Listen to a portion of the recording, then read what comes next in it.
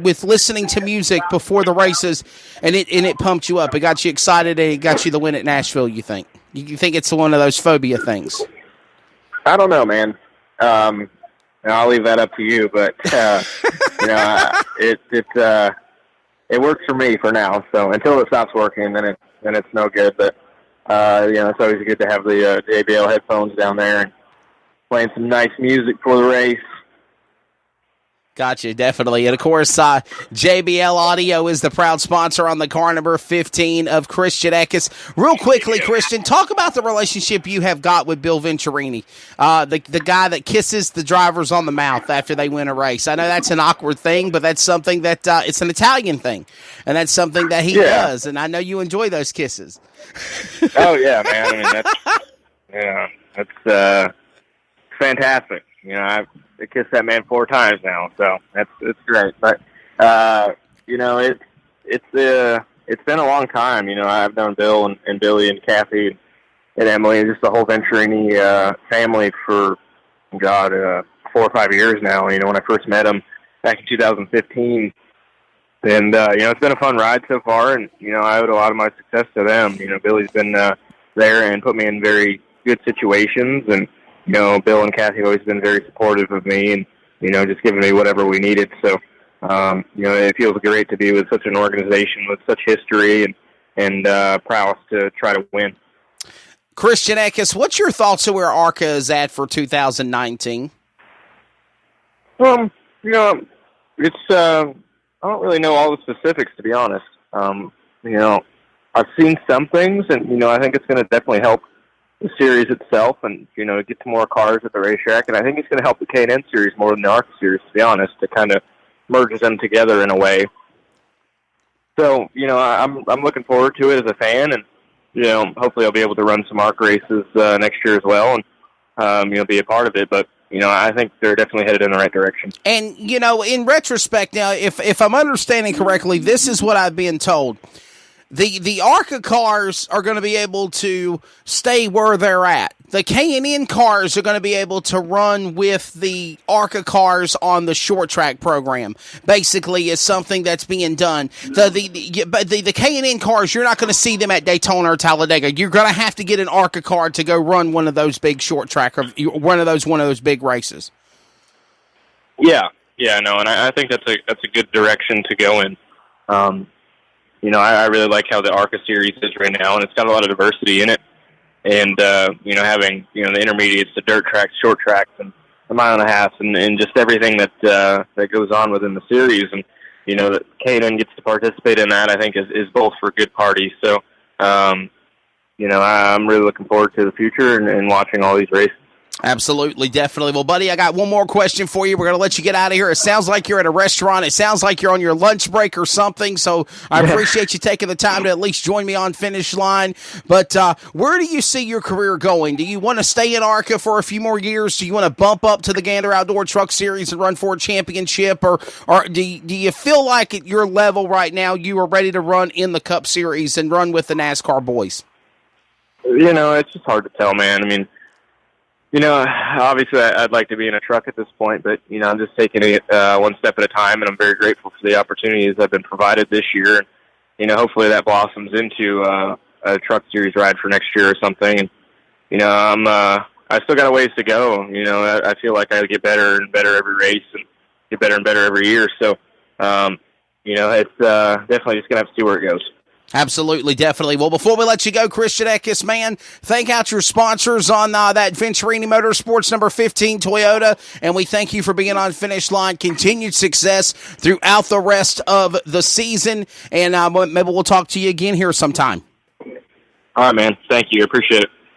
You want to thank your sponsors?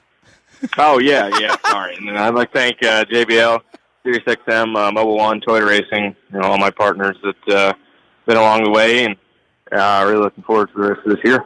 Absolutely, definitely. Hey, got one more question for you, buddy. Of all the races you have won so far, what race stands out as being the most prestigious race for you so far in your career of winning? That one's a hard one to count, because I feel like all of them are pretty similar in my mind, but, I think the one that really excelled my career was the Snowball Derby, because I was kind of a, relative unknown at that point. It really kind of propelled me onto the map. So, as far as that, I'd say that one. But, I love to win, and every win I go to feels better than the next. So, hopefully we can get a few more at the end of the year. Always special times. And, of course, anybody that wins the Snowball Derby puts their name in history of winning that big, prestigious event of super late model racing, one of the biggest races in the country in Pensacola in December. So, Christian, thank you so much, buddy. We appreciate you being on today. All right, man. Thank you. Appreciate it. Go back to eating lunch, my friend. Christian Eckes taking his time during his lunch break because it sounded like he was inside of a restaurant to join me on Finish Line to talk about his racing career. Check out Christian Eckes, the driver of the car number 15 JBL Audio Toyota for Venturini Motorsports, and the rest of the ARCA Menard Series stars in action this Sunday at Toledo Speedway in the Buckeye State of Ohio for the Toledo 200. You can check that out at 2 p.m. Eastern on MAV TV Motorsports Network. This is Finish Line. Quick 30-second timeout, and when we come back, we are going to talk Monster Jam and Monster Truck Racing with Zombie Macey Nichter. Don't go anywhere. All About Wraps strives to offer our clients with fast, affordable service with race wraps starting at only $500. From go-karts to national touring teams and everything in between. Late models, modifieds, sprint cars, midgets, asphalt cars, and we'll even decal your helmets. Wraps, design services, and promotions. Everything we offer at All About Wraps. Contact us today to see what we can do for your team. Give us a call, 410-903-3302. Email us at allaboutraps@hotmail.com and visit us on Facebook at All About Wraps. This is Kate Dillon from CrateInsider.com and host of the Racing Insiders podcast. You are listening to my awesome friend Wesley Spider Monkey Outland. Now back to Finish Line. This is Finish Line. All right, welcome back to the program. I told you we were going to take like a 30-second timeout. Thank our sponsors. Thank you to all of our sponsors, by the way. Thank you to Kate Dillon, CrateInsider.com. Everything in crate racing for your parts and needs for a sprint car, for a late model. Anything crate racing related, whether it's dirt or asphalt, go to CrateInsider.com. And, of course, also a big thanks to my buddy Jason Parker and All About Wraps. You see his wrap jobs on race cars all across the country, and I'm glad to have him as one of the sponsors of Finish Line of our podcast, of course, every Wednesday morning, 11 a.m. Eastern, 10 Central. And you can, of course, go to allaboutwraps.com. Wraps starting at under $499. Everything from late models, supers, late model stocks, dirt, asphalt, modifieds, driver helmets, you name it. He'll even wrap your own personal vehicle. Again, allaboutwraps.com. We're going to go back to the phone lines. We're going to get our final guest on the program. It is amazing as fast as this show starts. And I tell everybody this all the time. As fast as this show starts, it flies by. And it literally is done and over with. And we have already reached the pinnacle for our final guest on the program, our final lady. Well, the old concept is, normally you say ladies first. Ladies first. Have them on first.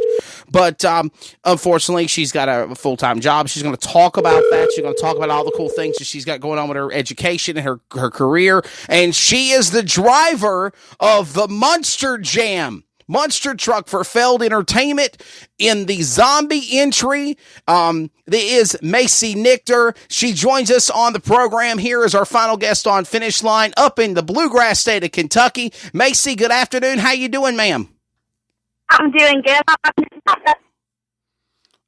We're having you cut in and out. So maybe we'll try to find you on a better signal here. Can you hear me better now, Macey? I can. There we go. Awesome. Well, congratulations on, first off, graduating from school last week. Talk about that awesome accomplishment in your life. They'll never be able to take that away. Well, I actually did not graduate last week. I don't graduate until next year, next year. It's just I passed a very hard class last week. This was the same professor that told me that I could not juggle both the Monster Jam circuit and my school at the same time, and he told me that I would probably not pass his class, and it just felt really good to prove him wrong. Absolutely, definitely. Hey, that's cool. So basically, when your back's against the wall and you have somebody saying, hey, you're not going to do this because you're going to struggle with this. And it's just like, hey, watch me, fella. I'm going to show you now. Like, I was going to do this anyway, but now what's the old cliche? The torpedoes are in the water. Yes, he just lit a fire in my belly, and I was like, you know what? I'm going to prove you wrong because that's what I do best. Definitely. Well, let's talk about Monster Jam and your career driving the zombie monster truck. And I've kind of done some studying up on you to help prepare for this interview with you. By the way, thanks for being on the program. That's one of the things that I told people. This podcast Finish Line for motorsports is not just going to be about blah, blah NASCAR or dirt racing or asphalt racing or grassroots. We're going to talk about, monster trucks, tractor pulling, karting, you name it. I'm going to cover everything involving the world of motorsports. And that's one of the things that you guys are coming off the heels of a very successful world finals, moving it for 19 years from Sam Boyd Stadium in Las Vegas, Nevada to the West Coast to the East Coast this year to Orlando, Florida. And was kind of disappointed that you weren't a part of it, but that was because of your testing, educational purposes. But just talk about how much fun you have racing in Monster Jam. I have so much fun. When I was on my Triple Threat tour this past first quarter, I was with a bunch of veterans. I was with Cody Saucier, Caleb Blood. I was with Matt Cody, Mark Bliss, Corey Snyder. I was with so many people, and they actually took the time out of there after every single run, and they sat there with me, and they were like, okay, you did this really good, but maybe next time when you go out, you want to try it this way instead. And the very last show that we have, I actually had Chad Tingler. He had my crew chief's headset on, and he was walking me through every single jump on the pod.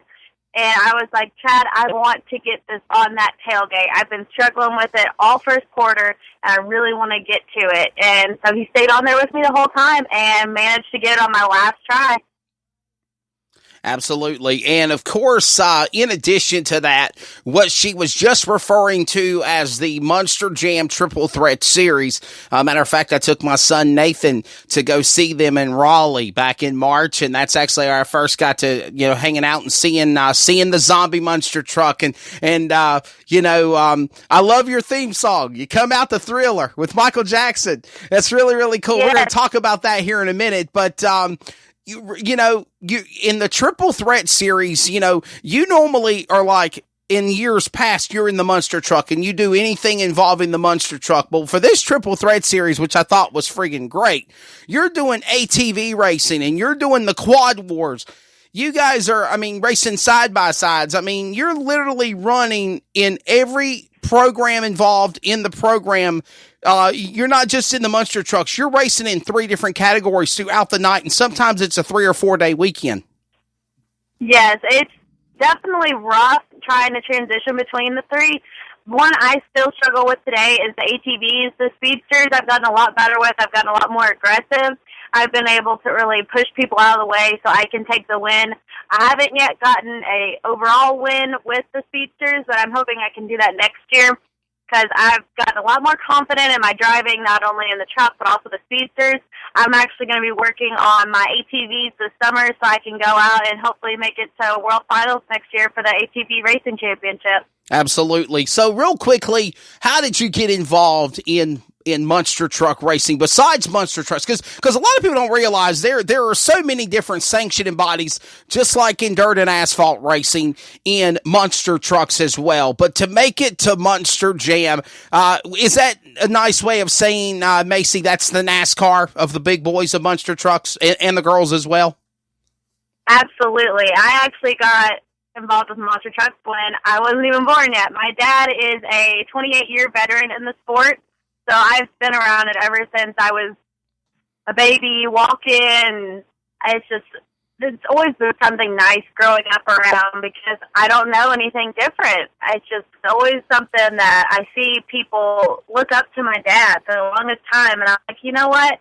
I think it's something I really want to do. I really want to just pursue that and see how it goes. And I did. I had my first show when I was 16, and it's just, the rest was history. I loved everything about it. The adrenaline was pumping through my veins, and I was like, there's no turning back now. This is what I want to do. So, Macey, do you have a favorite driver? Do you have somebody that you look up to in the monster truck world? I mean, of course, my dad.